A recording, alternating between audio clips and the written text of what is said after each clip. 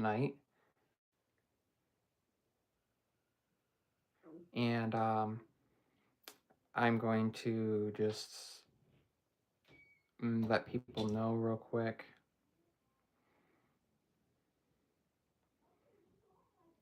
that I'm live and get into it.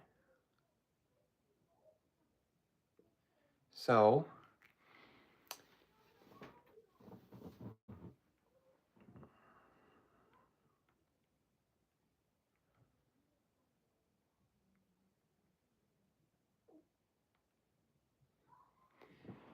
I decided that I would go live this way and just see how it works.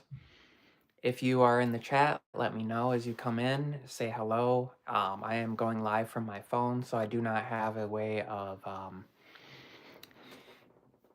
doing something different with this as far as let me share this. So I went to make a couple videos and this is what happened. Some screen protectors that I ordered on Amazon from two different companies, one for my 16 Pro Max and one for my iPad Pro, both arrived filthy. I was really disappointed because I was looking forward to showing these for videos for you. So I do not have a screen protector on either device now because unfortunately I had to remove the old ones to put the new ones on and didn't check the new ones before I put the old ones on. So lesson learned, if you have a screen protector and you're going to replace it, check the new ones out before you take the old one off because they were filthy. Now, I did contact Amazon through their chat, asked to speak with a person, gave them my order numbers, and they are issuing a refund within the next couple hours without returning the screen protectors, as I can't really put them back in the boxes. They are filthy and I can't do anything about it. I wasn't going to go live tonight, but when I thought about some things and I thought about kind of mental health, and I realized that um, it's important to still make content. It's important to really think about things and to, do what you're going to do and to talk about it. So it's neither of those companies' faults. I would say, Amazon is really at fault here as far as things go. And that's kind of the issue I see. Hi, Carson. Hi, Londa Man. Um, so when you're ordering something on Amazon, think about that these companies sometimes a product gets sent out, they shelf it, and Amazon is responsible for sending them out, and they get returns, and then things go out and get returned, and they don't necessarily check the boxes, and then they send them back out again. Do you think I should get the iPhone 16 Pro or Pixel Fold? It depends. Are you a Apple ecosystem user? Are you more of an Android user? I would say that would be the next kind of question I would say with that.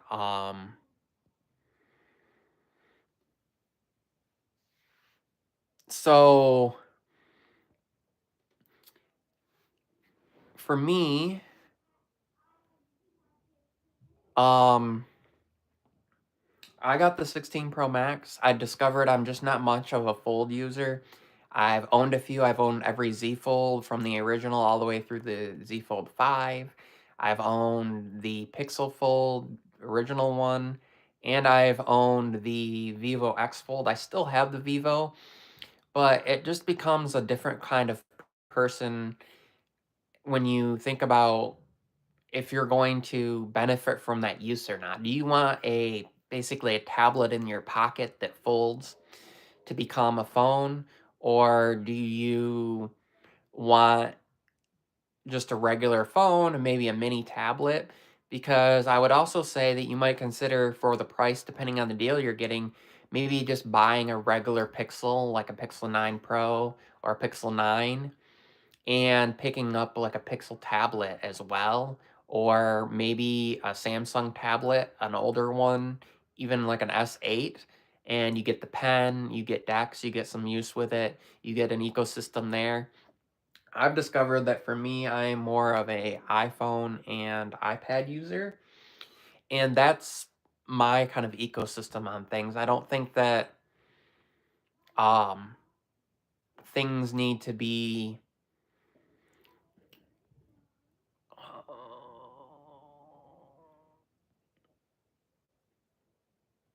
I don't think that things need to be cut and dry. I don't think that there's an answer for everybody. I think that it depends on your use because for me, I just discovered that it was a lot of money for a device that I either used closed all the time or just didn't use because I felt like I had to open it and use it two-handed all the time. A regular, slab phone,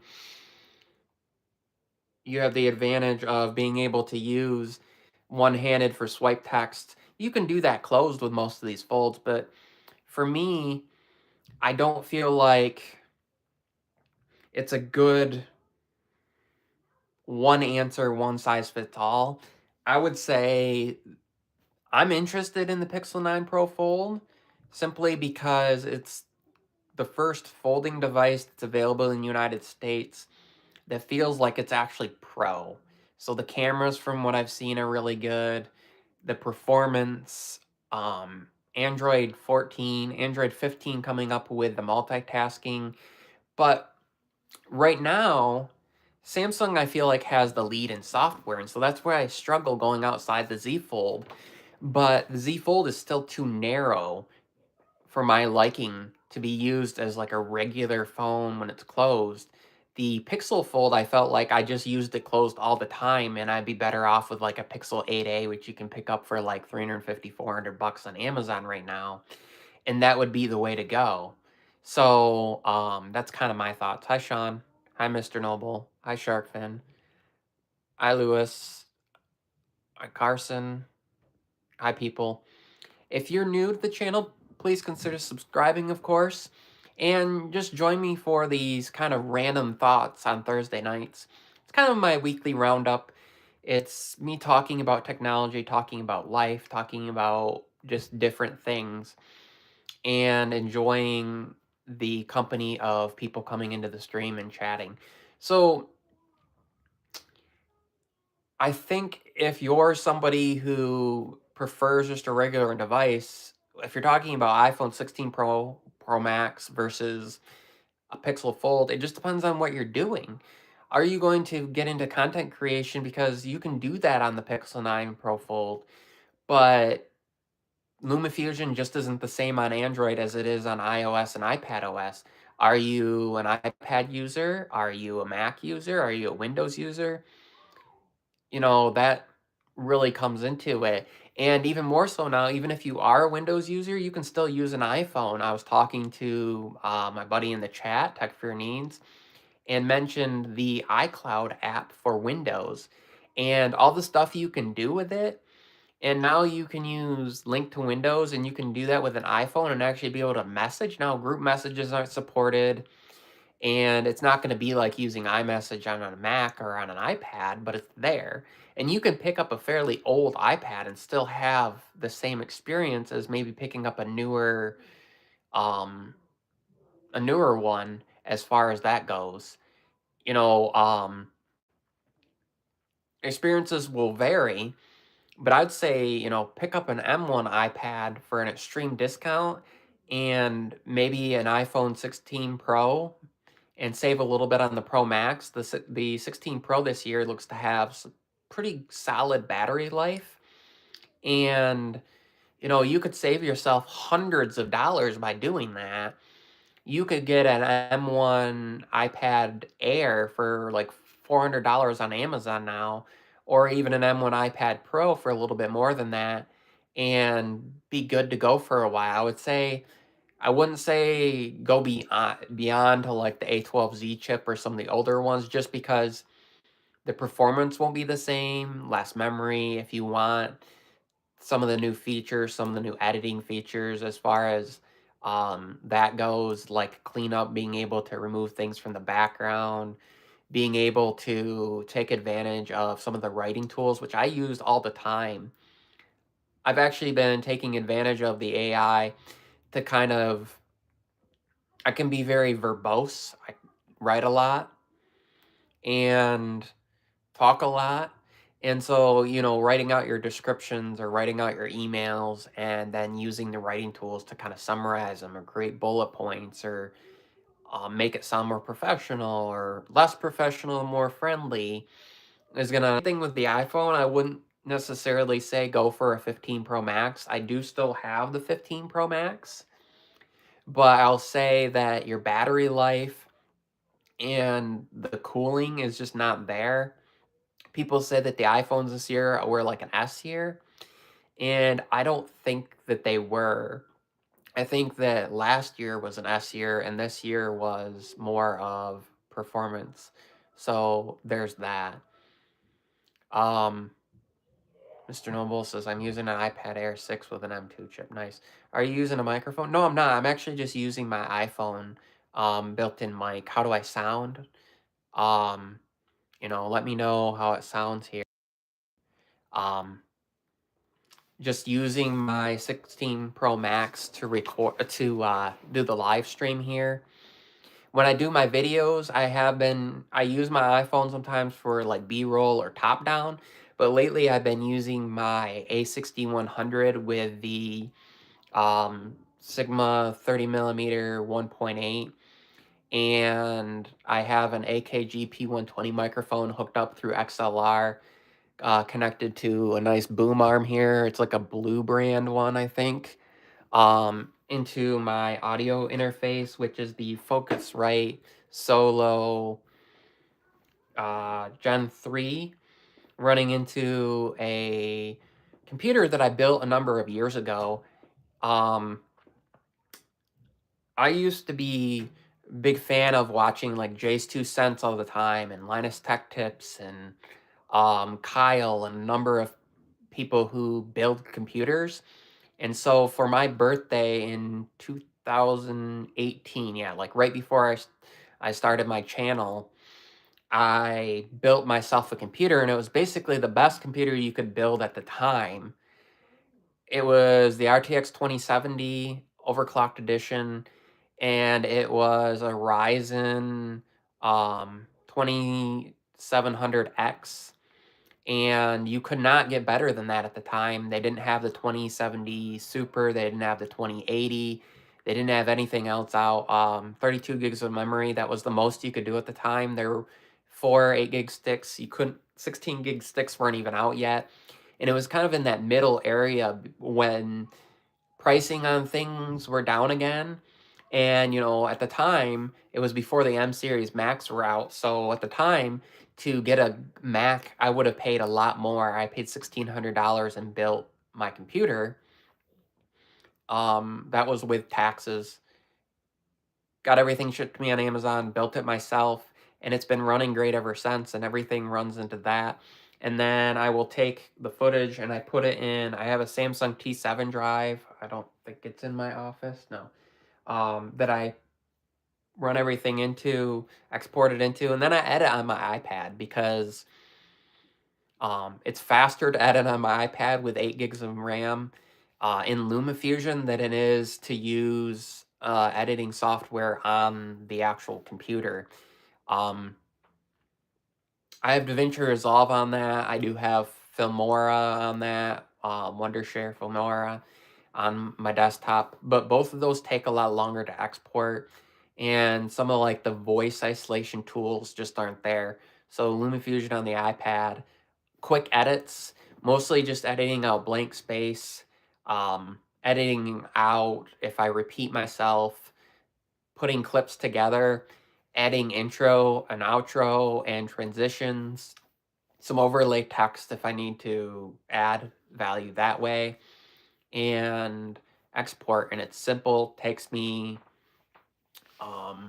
if I record a video, let's say it's a 10-minute video, 10 minutes of recording, and then maybe a half an hour of editing, I can get a video out in under an hour now.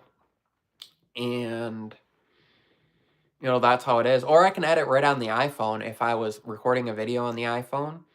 The way that the microphones are now, and I will mention that, I'm using the built-in 16 Pro Max microphones, but the way that they are, with the isolation and the new audio editing stuff. Excuse me. The way it can isolate the voice is amazing. For doing shorts and stuff, if you have kind of room noise, the way it's able to isolate your voice, and like you could have somebody walk next to you and you can pick to only have the audio in the scene. So maybe you're a vlogger. I would say if you're out and about, rather than maybe picking up like a Sony ZV-1, maybe if you're looking to upgrade your phone and you have an older iPhone or whatever, invest in a phone, and let's say you don't have a laptop that's very powerful, you have an older one and you're looking to upgrade things, just using your phone, the microphones that are in them, the cameras that are in them, the access to apps, instead of having to go out and you're going to invest in a computer, maybe it's a desktop and a monitor and a keyboard and mouse, or an iPad, and keyboard case, or a MacBook, and then you got to look to you know some of the tools that are available. You have the Apple Pencil Pro, which lately has been available on sale for $1,000. So for me, if you're gonna go, I would say go with an iPad Pro versus like a MacBook, only for editing thumbnails, and um unless you're gonna get a really good deal, like some of the M1 MacBook Airs have been on like super deals lately. I've seen ones for under $500. I've seen 16 gigs of RAM, 512 gig options for under $1,000. Used, like renewed on Amazon. That would be the other option. But even like an 11-inch M4 iPad Pro with 8 gigs of RAM, 256 gigs of storage, and buy like a T7 drive, you can get a 1 terabyte one of those for under $100. And now you have 1 terabyte of external storage to be able to record to. Um, even if you have an older phone, you can record with that, and then you can take advantage of LumaFusion has a voice isolation feature, and then you don't have to necessarily buy a new iPhone. Most phones in the last 5 years or so have been able to record really good video. As far as audio, you can do something like this, which is the Logitech Wave 3 mic. And with a single cable, you can plug into the back of this there and go USB-C into your iPhone and have good audio. And I do that, and on the front of it, there's a knob here to be able to adjust your settings. So you can adjust the microphone pickup. You can monitor through headphones. And, if you have a room, like earlier today, my son's room is right on the other side of this wall behind us here, behind you here, right over that way. And he was being kind of noisy, and being able to just have the microphone not pick him up, and I don't have to worry about echo, and I don't have to worry about that stuff, because even though this editing software is pretty good, it can sound a little electronic. So you have to learn to dial it back. And when you're first kind of into making content, and it doesn't even have to be for YouTube. If you think about it, we all have these devices in our pockets, and someday, we'll be gone, and our kids or grandkids, siblings, friends will want to be able to watch videos. And maybe it's just a video diary. Maybe it's just recording time with your family, connecting up a microphone, or even getting a couple of them and getting like a dock, USB dock, and plugging that in and plugging it in to your phone. You could plug your iPhone into a monitor, and then in the back of the monitor, like my monitor has two USB ports, could plug in two mics and have a podcast set up, turn my iPhone sideways, record in landscape, put it to the back cameras, 4K, record the video, have good audio, and you wouldn't even have to spend that much money. You could have an older iPhone.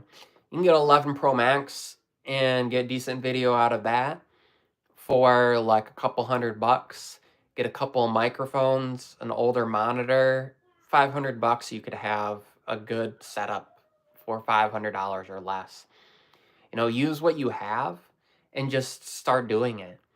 And whether it's talking about technology or talking about baking, you can get mounts. I have my iPhone right now. I can show you guys. I will show you all what it is, how it's set up right now. Um, is literally on this arm. My microphone's overhead here, but it's on this arm, and I have a MagSafe mount, and it's just being held there in front of me. And so that's how I do things. And now, I mean, I still have my 15 Pro Max, so with the iPad and two iPhones, I could use the Final Cut camera app and be able to have both the iPhones mounted. Like I could have one down low and one up high, and be able to get multiple angles, and you can have them record to the phones, or I believe you can have it record to the iPad, and then just external storage.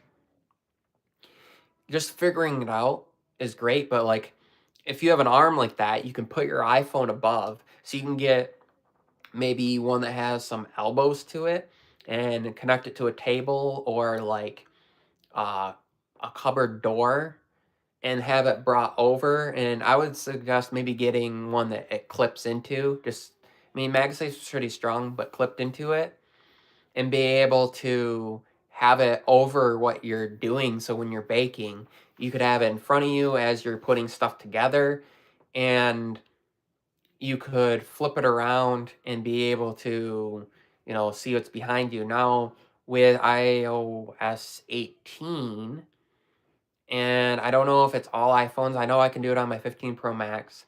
I don't know about older ones, but you can pause video while you're doing that. So you could have the rear camera towards you, do the talking head, pause, flip it around, keep recording, and then you have one video together. And then when you're done, pause, flip it around to you, do it again. All with the rear cameras. If you have an Apple Watch, you can use that for a remote, or you can plug the iPhone in and get it like a portable monitor. You can pick up one of those for pretty cheap and mirror it to it. And a lot of those have two ports on it, so you could plug in the monitor and have the iPhone and the monitor powered at once and be able to do this. And there's so many options. And if you're really into the Apple ecosystem, you can use your iPhone as a camera with, yeah, or use your TV. You can get an adapter for pretty cheap, like 15, 20 bucks, a USB-C or Lightning to HDMI, and plug it into your TV. Just make sure that if you're using certain adapters, that it doesn't overtake your audio, and you'll be all set. Um, but a lot of my channel for the first several years were recorded either with an iPhone or some occasionally with an Android device. OnePlus 12, Note 8, uh, Note 10 Plus, S20 Ultra, 22 Ultra, 23. I skipped 24 Ultra, no, 23 Plus, 24 Ultra, different devices that I've recorded with. And as long as you know how to edit the audio together or use an external mic, you can get a lav mic. I saw one on Amazon today, a lavalier mic that you can clip on your shirt. A wireless one I saw today, it was $150 off, $69.99, normally $219.99. And just, do that. Mr. Noble says, just test it on two devices to get started to see what works best. Yeah, just going. And Tech for Your Needs says, yes, I can do that on my iPhone 14 Pro Max, the pause video and go feature. Yeah, I wish they would let you flip to the back cameras. That's the only thing, like flip from back to front, because it would be really nice if I could use this front camera sometimes. I mean, the back cameras are better, but if you don't have a way to view it, to be able to do this when you're recording yourself and talking to the phone, and just look up at the cameras and do your thing, and then flip it to the rear camera to be able to, show what you're doing. I can actually do that during this live stream. I could flip cameras if I wanted. But, that's kind of what's been going on. And, you can pick up an adapter that does USB-C to headphone, and then use, as long as you get one that supports TRS, you could plug in wired, like wired earbuds, and have that clip by you, and that might even get you a little bit better audio. Might help block out some of the wind noise. There's so many options out there that don't have to cost much that you can use to just kind of get into making content. And you don't have to be like, I'm not talking about making content as a YouTuber. Like I said, like it can be a hobby. Um, you can be teaching your kids. You can be, um, maybe you want to save these memories. Maybe you stay at home and your significant other, they work and you want to record these moments, first steps, teaching them certain things, and you want to have good quality video and some decent audio for it. Maybe you're, taking trips, just record those moments. And they can be for personal times, but having good quality video and audio is still important because you don't want them to go to sit down and want to not listen to it because the audio is horrible or the video is. I mean, if videos and audio is okay, it's one thing, but like especially in those special moments, we all carry a computer in our pocket. Our power went out today, and I was talking to one of my neighbors, and she's older, and we were talking about how far technology has come. And I remember dial-up days with like uh 56K modems, and getting the first time we got high speed internet was 1.5 megabits. So it was like 30 times faster. And now our internet we have here can go up to 1200, which is 800 times faster than that. So you're talking about internet that can be like literally over 20,000 times faster than what we had like 30 years ago. And that's a crazy increase. And our phones have gotten faster over time, and our tablets and our computers, and now there's the Snapdragon X Plus, X Elite. There's, all this stuff out.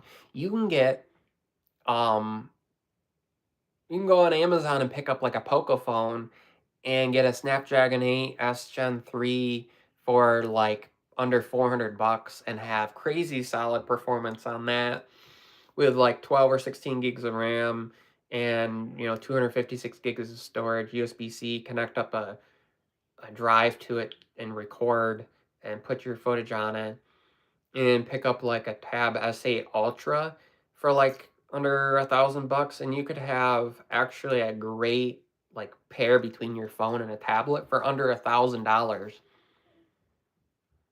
Or go to like an S8. Go in the used market, look on Facebook Marketplace, look on Amazon for renewed, look on Samsung's websites for deals.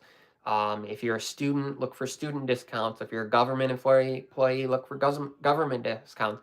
If you work in the medical field, a lot of times there are medical discounts. Um, Education discounts for teachers.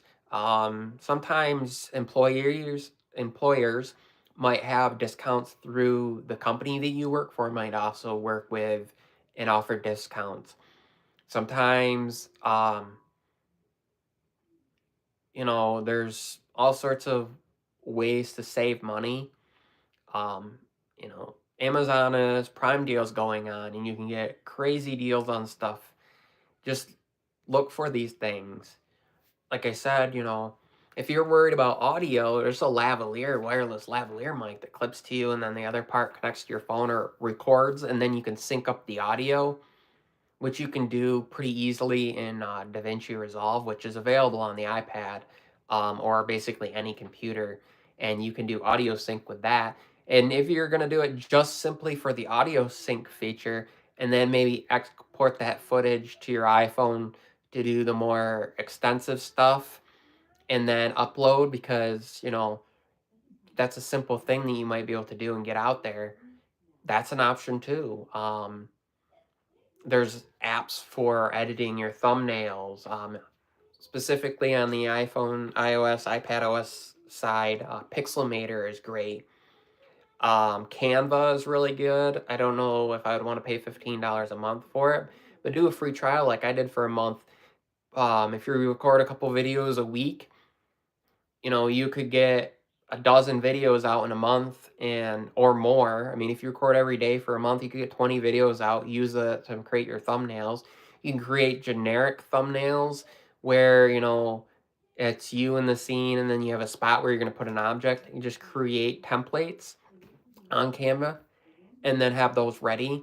and then later be able to just bring in the subject into there and simply create a workflow as far as, making it easy to upload one click of the button. I went live. I didn't plan on it just by connecting my phone up, hitting go live.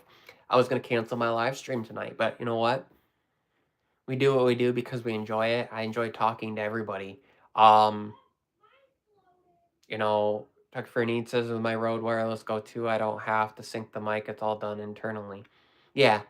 But I'm saying like if you want to sync your video and your audio, if the audio is not going right to your phone, but maybe you're recording audio on the phone and on the microphones later to sync that up, can be a challenge. But there's software where with one click, it will basically take the voice waves from the microphone and your external microphone, your lav microphone, your wireless microphone, and the audio from your phone and sync it up, and then you just get rid of the audio from the phone and the audio from your microphones replaced it. If you're doing wired, obviously you don't need to do that.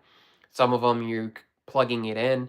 iPhone supports plugging in through USB-C or with an adapter through Lightning, and most even inexpensive wireless labs, you can connect it in there and do that. So, if you guys have any thoughts, any questions, things you'd like to discuss, obviously put them in the chat. I'll try to get to it. Um, Cases, I've been doing a lot of case reviews. Banks Armor Pro, I just dropped that video. Check it out if you haven't seen it.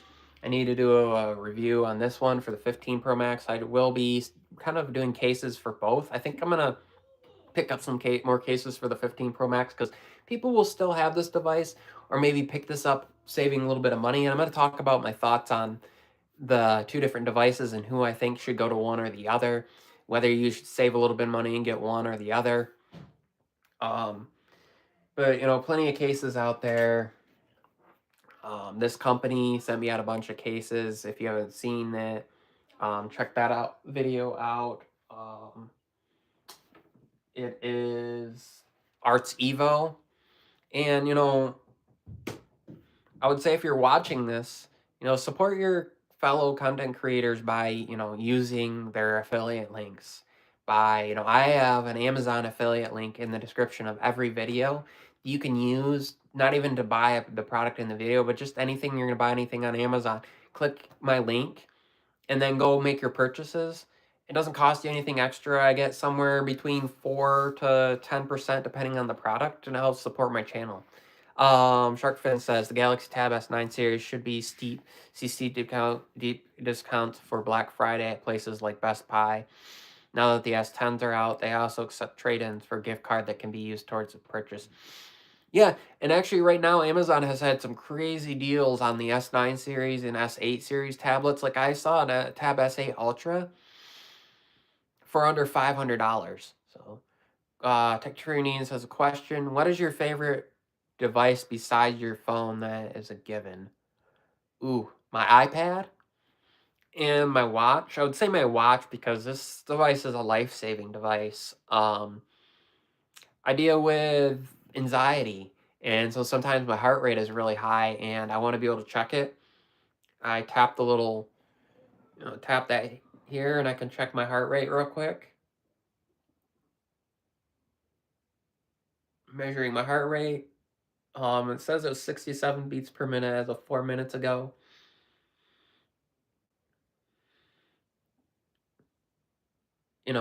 92 right now. Yeah, I'm excited. I'm happy. I'm enjoying what I'm doing. Motivated, exhilarating topic here.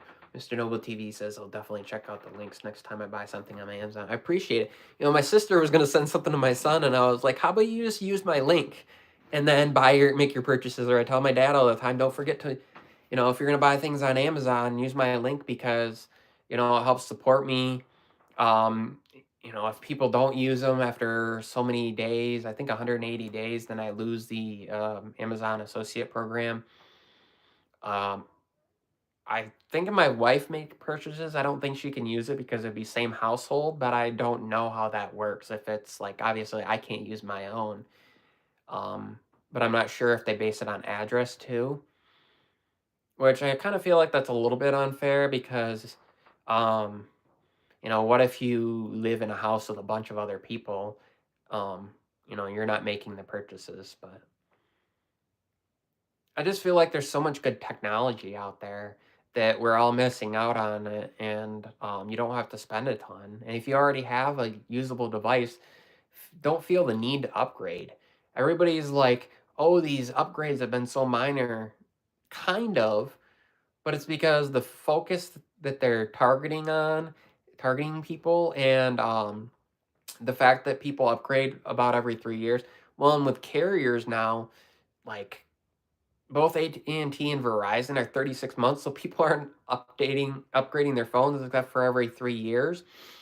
And that's if like you didn't get your phone like halfway through a year or something because maybe you were waiting, maybe you were like, I'm not sure if I'm going to upgrade, or you broke your phone maybe 8 months into the year before the new one came out. Then maybe let's say you bought a 15 Pro Max 3 months ago. I mean, I technically did. And the new one comes out, and let's say you get that on have your old one.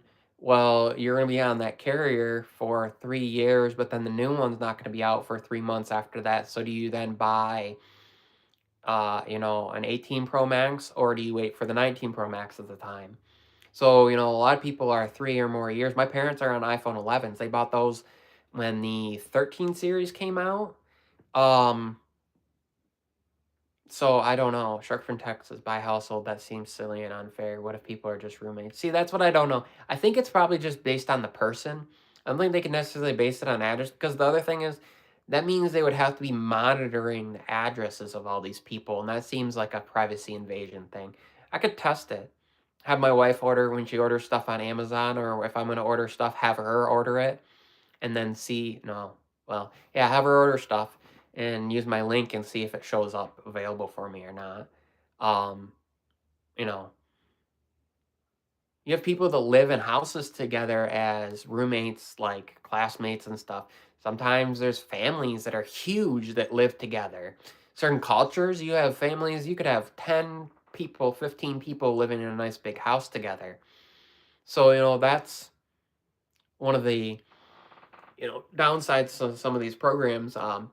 For different cases, I do have affiliate links too for different ones. Check out Banks, Michael 15 for 15% off anything on their website.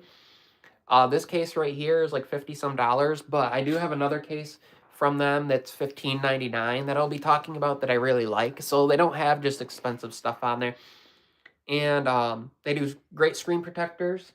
They do They have like MagSafe kickstands. They have all sorts of products on their website that you can use. Um, Andar, if you're looking for a nice leather case, S24 Ultra, they did come out with one for that, and I reviewed that on my channel before I sold that device. Um, they have older iPhones on there as well. So check that out. What else? Like I said, in general, when I buy products and post videos, and there's Amazon and stuff. So, hi Tana, good seeing you. It was good seeing you live the other day. What was that? Tuesday night, a couple nights ago. Yeah. Salute, Kia. How's it going? So, we just all do our thing and we enjoy it. And I seem super optimistic of most of these cases, but a lot of times it's like, well, what's wrong with them? I'm not throwing my phone off a cliff. So most of them support general drop stings and scratches. I don't need to have super ultra premium leather, like real leather cases all the time. Just because I have a device that costs a decent amount in my pocket, a $1,400 phone, doesn't mean I need to spend $100, um, on a case. You can buy $20 cases. You can buy Apple cases, occasionally Verizon will have them for like $5, and they're good this year. Or, you can spend $50 on a case if you want something like this. I really like this case. Is the Banks Armor Pro. I have the Armor Air for the 15 Pro Max. The real difference is that this one kind of comes up, well, yeah, it comes up around the edges and has a nice lip to it. And it's more rugged like a regular case. It's not a thin case, but the MagSafe on this thing, stupid strong. Partially because it's so thin, but like it's super rigid for being a thin case. And it is aramid fiber, like 600D material or 60D. Well, yeah. And the buttons are nice and clicky, a little cutout for the camera controls there.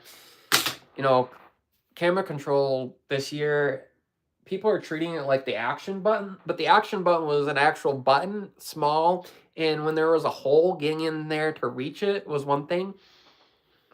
But when you're talking about something that's like that big, as long as you can reach it and the indent and the curve is decent, there doesn't need to be the whole capacitive like touchpad thing like the iPhone Apple cases have, or some of the Spigens, or some of a few other brands out there. Supcase has with one of theirs, and there's some more cases coming out with it now. But the one thing to consider when there is the actual capacitive button in there is, depending on the material they use on the inside to pass the capacitance, if dirt and stuff gets in there, you could scratch the hell out of that button, and then it's not going to do you any good. So you have to kind of consider that.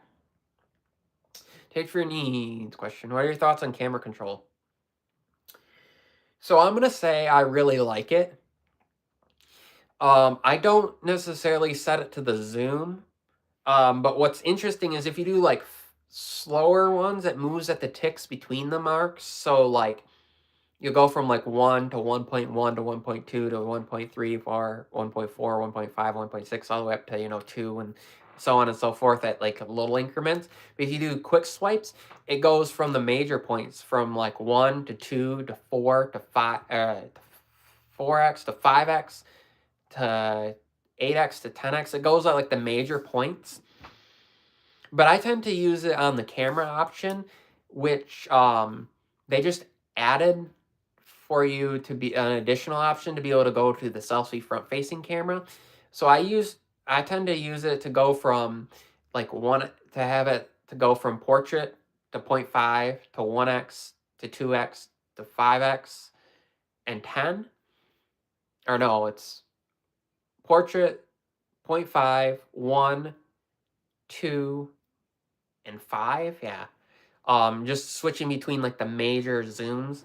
There isn't really a 2x, but what it does is it crops in on the 48 megapixels, so you still have a good resolution.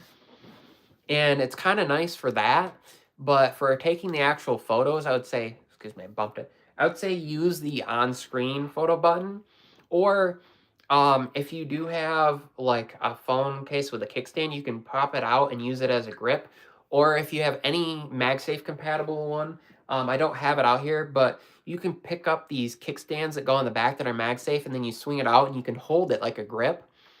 The thing is, who's really holding their phone one-handed to take a photo? Most of us hold our phones like this to take a photo, so that button is like perfect right there. On the 16 Pro Max, it could be a little bit lower down, but like you're gonna hold your hand to stabilize and it's in the perfect position, and then scroll through and you press down to take a picture.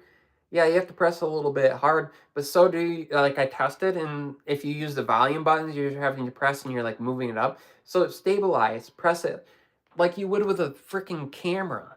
Like, people are saying they want to treat their phone like a camera. Well, if I grab my A6100, I'm holding it with both hands. I'm not holding it one-handed weird or whatever. Stabilize yourself. I get if you're in weird positions out and about, like whatever, one-handed, but then just use the on-screen. It's still there. I think for accessibility, it's awesome. So people that are like visually impaired, having a physical button and the tactile, like it kind of vibrates when you when you scroll through, and then a little, like a harsher haptic feedback when you hit the major, like the main lenses, so you know what ones you're on. And you can have it, if you use accessibility options where it will read what's on the screen, it will kind of tell you which zoom you're in. And you can do certain things to be able to do that. Well, like lining up and just having a physical versus like trying to reach on screen and know exactly where the button is really nice. Yeah, like you said, you could use the volume buttons, but not to zoom in and out. Like to take pictures, you can. And I understand they could have added it to that, but here's the other thing. So there's a way, like if you're recording video, you can have it where audio will play now. No, or just record in it won't record in like stereo or whatever. But you can have it where it will actually record the music you're playing in the video. So if you have like free use music, you'd be playing that and recording a video, and then you can change the volume up and down without having to worry about like, oh, it's gonna pause my video or oh, it's gonna take a photo. So I have that enabled. I have it enabled for the volume records. But the other thing that I like is so you can choose third-party apps for the camera control or set it to the default camera and then set the action button to like Halide or another third party. So actually, let's say you have 3 different camera apps you like to use. Let's say you like to use the Blackmagic camera app for video, the native camera app for photos, and like Halide for some like pro photos and stuff. You'd have the action button set for Halide, and you could have the camera control button set for the Blackmagic app, and then you can still use the on-screen or swipe to get to the regular camera. And then what's cool is if you use the action button to go into Halide, then when you're in it, you can still use the camera control button to do things within Halide, or the same thing within like the Blackmagic or the native app. So you can have it set to access 3 different, or like 4 different. So you could set the one on here for Halide, the one up here for Blackmagic, the camera control for another one, and then swipe sideways to get into the where you swipe on your lock screen to get into the native camera.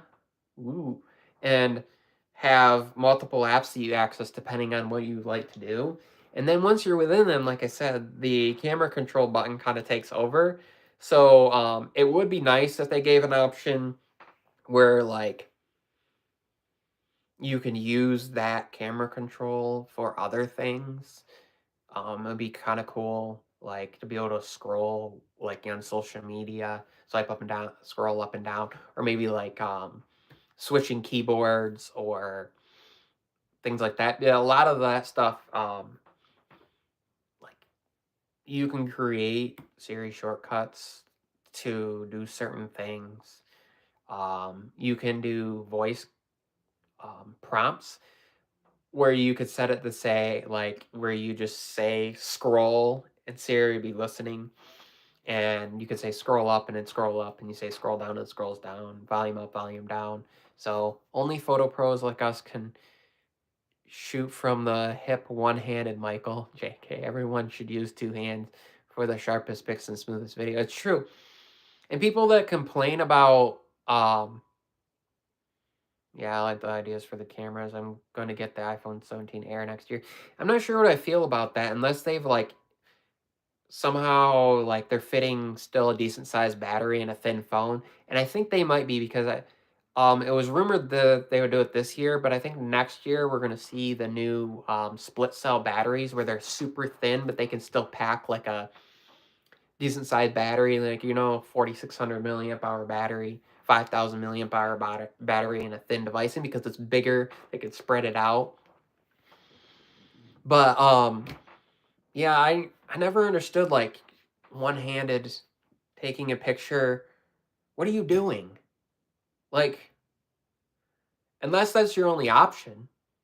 Like, if you only have function in one hand, but then there's still the on-screen stuff. Or there's like, having somebody else take the picture.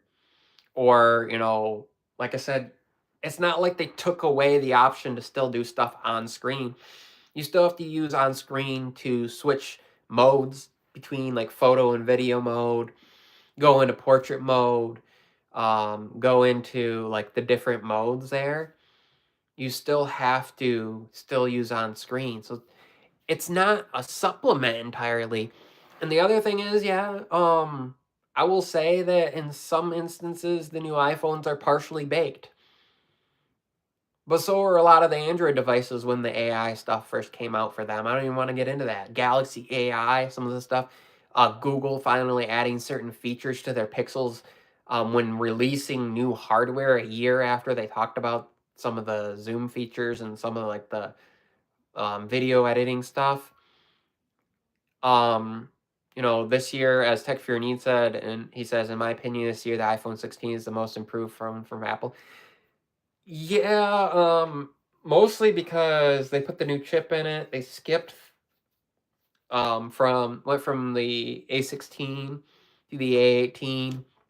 You're getting, more memory. You get the action button and the camera control. But I feel like they still like why they're using slower USB. I don't get it. They literally have to make a different USB controller board and like make it communicate with the chip differently for that. Same like I feel like all their devices should have USB and at least USB 3, decent speeds. Although I will say when you're recording video, um, like when I plug in my external T7 drive into my dock I have here for my computer, it only transfers about 4 to 500 megabits per second, maybe 600 anyways. And USB 2 can do 480. So you're still going to be able to record quality video. You can still record your video to it and do transfers. Um, but like the whole Tech for Needs says it is to make the iPhone 16 cost effective. But I wonder like it would cost them less if they didn't have to make as many variables in the chip and in the hardware.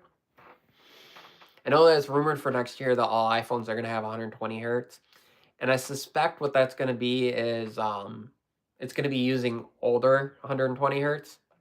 I don't think it's going to be using the new stuff like the iPhones this year go all the way down to 1 hertz, which is great because like standby time overnight is crazy good now because it can just refresh at 1 time per second for like the always on display. Um,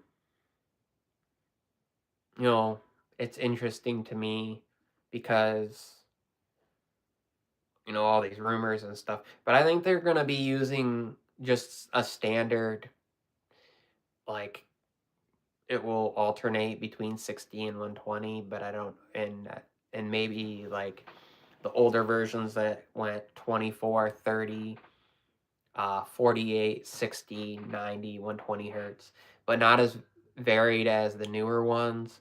And I'm curious to know, like, the last couple years, all the iPhones all get the same brightness.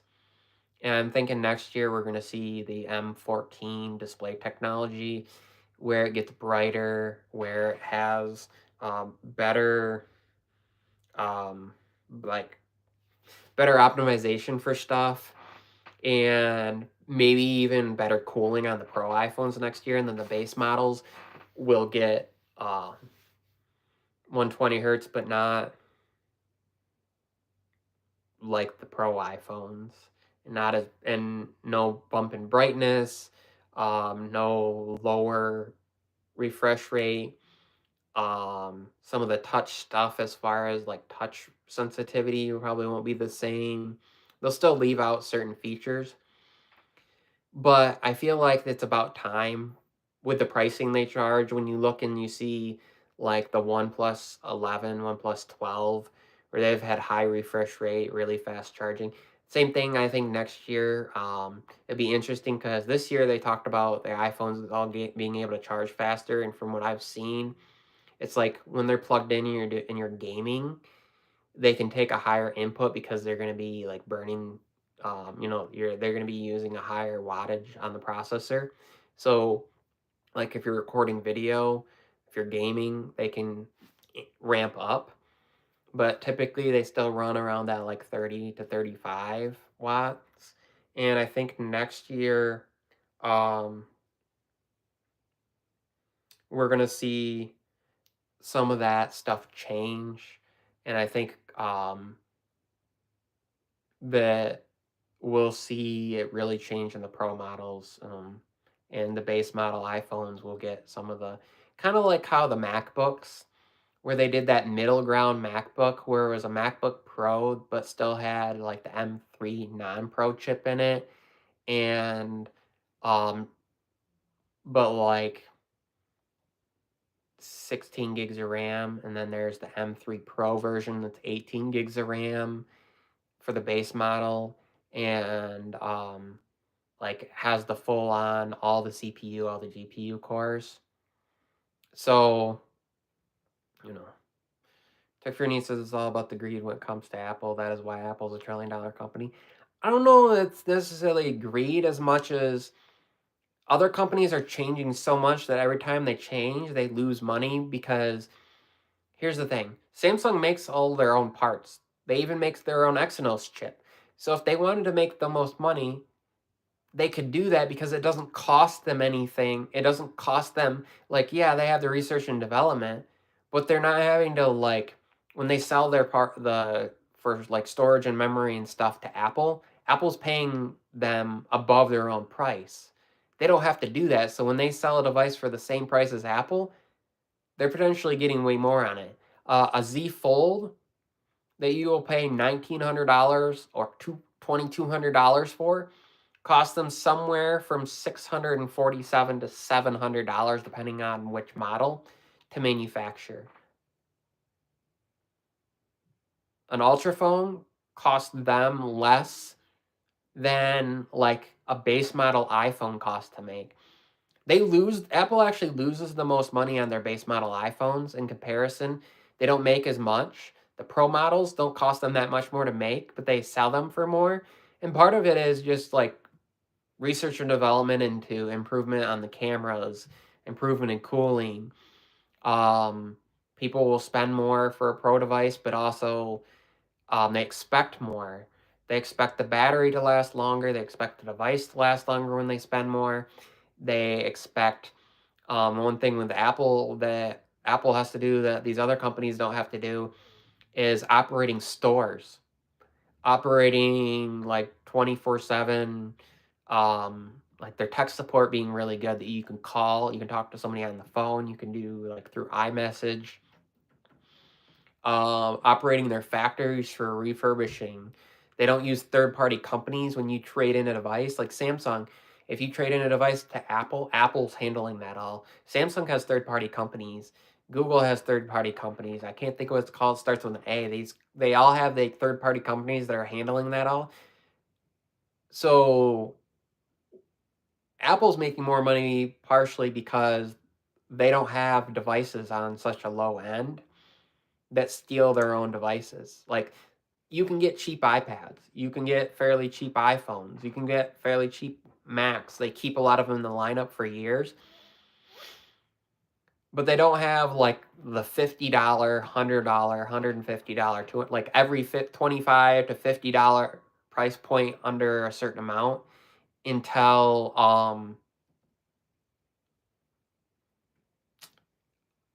like up to like the $500 phone and then jump up to 700 800 without like Samsung has so many different versions, like 47 different versions of phones every year, and most of theirs are their cheaper phones that sell because carriers are giving those away for free, and it's not like, oh, you're going to get so many credits a month, or they're selling them for super cheap and people just want the Galaxy so they buy an A05 or an A15 or an A35 or A55.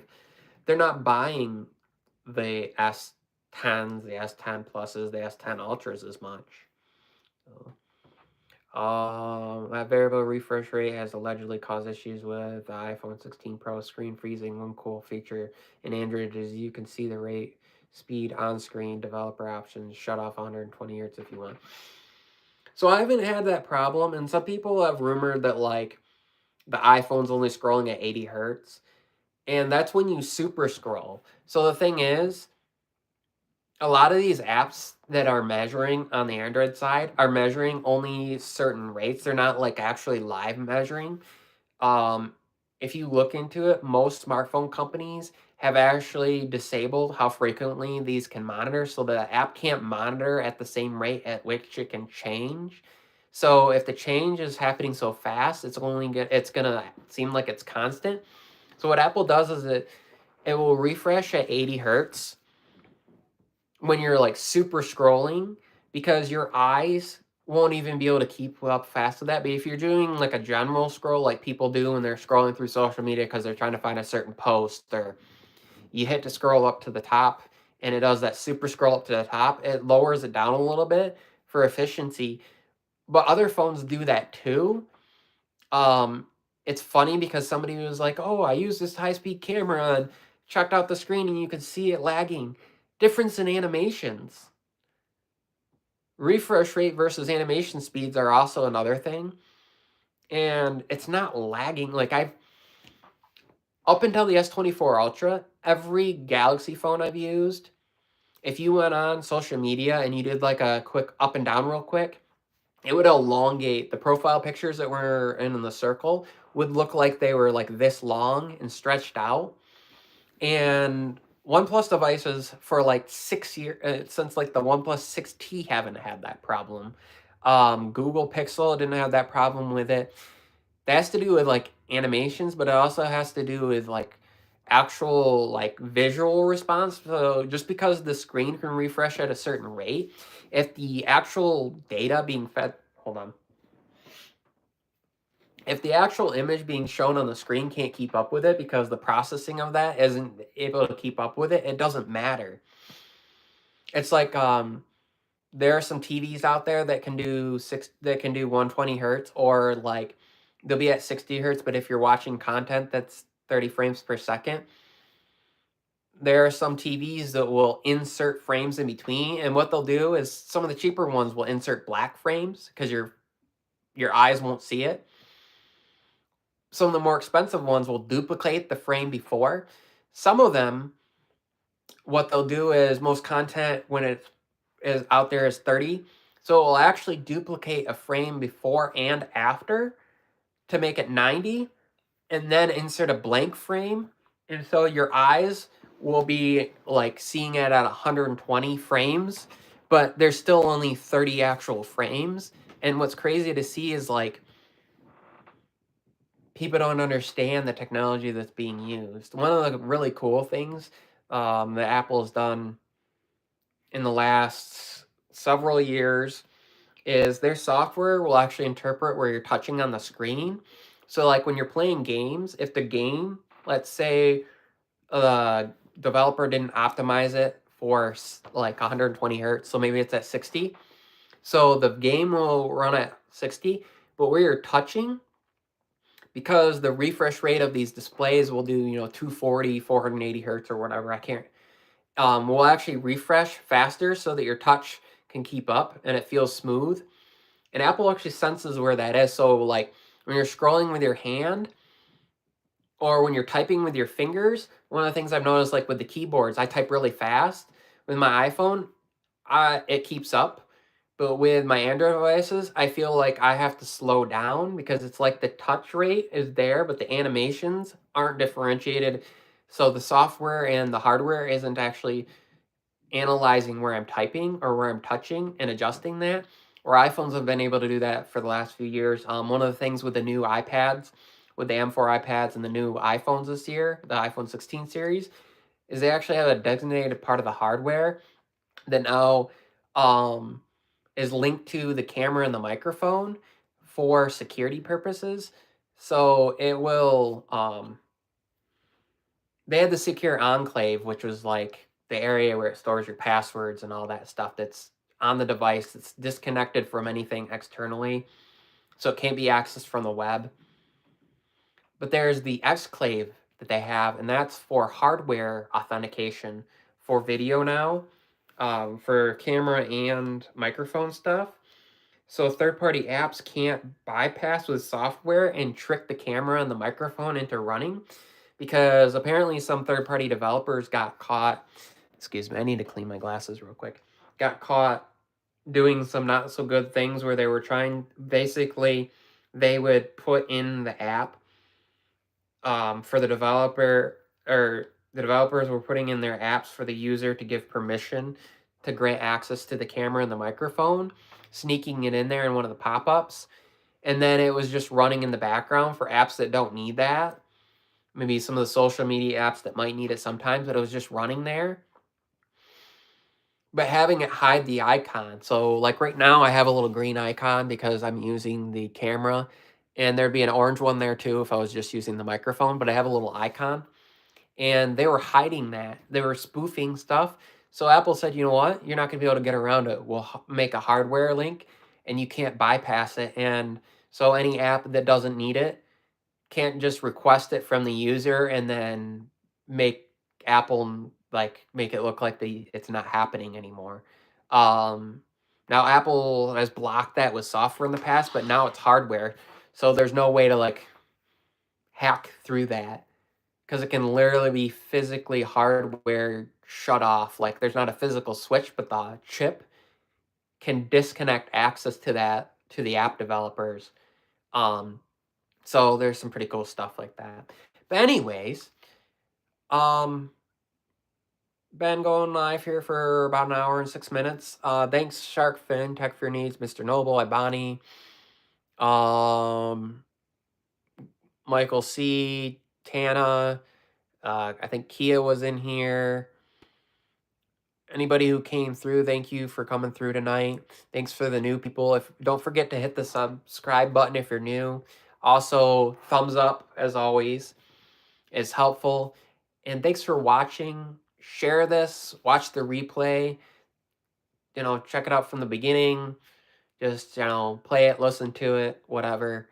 Um, and check out my content if you're new, of course, to the channel. I cover all sorts of tech, mostly Apple stuff right now.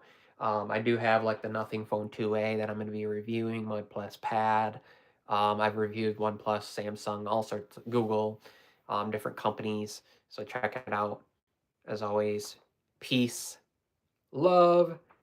Thanks for watching, and I'll see you in the next video. Peace out.